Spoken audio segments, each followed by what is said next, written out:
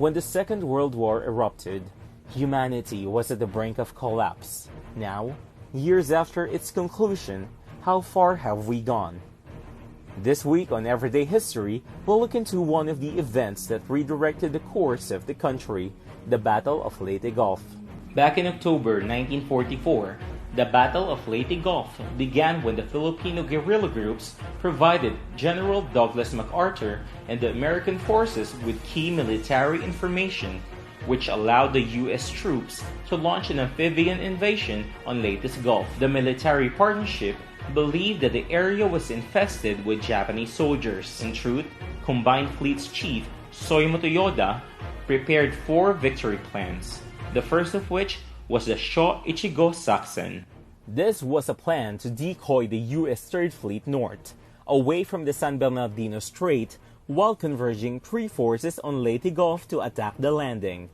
The first attack force was to move from the north across the Sibuyan Sea through the San Bernardino Strait, with the second attack force and sea force moving from the south across the Mindanao Sea through the Surigao Strait.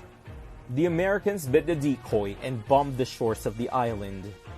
As the Gulf was set in blazes, the assault was suddenly stopped.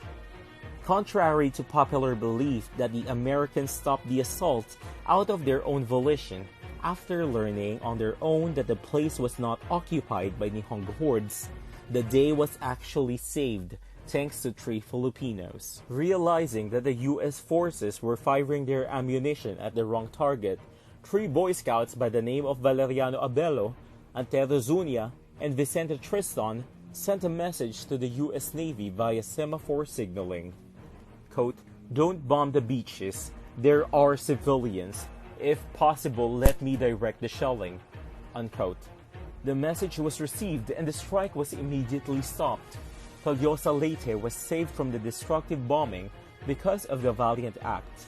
At the same time, this softened the Japanese's position, as the Nihongo soldiers lost 12,000 fighters when the U.S. maneuvered against their 4 plans to victory. Abelo was later conferred with the Philippine Legion of Honor.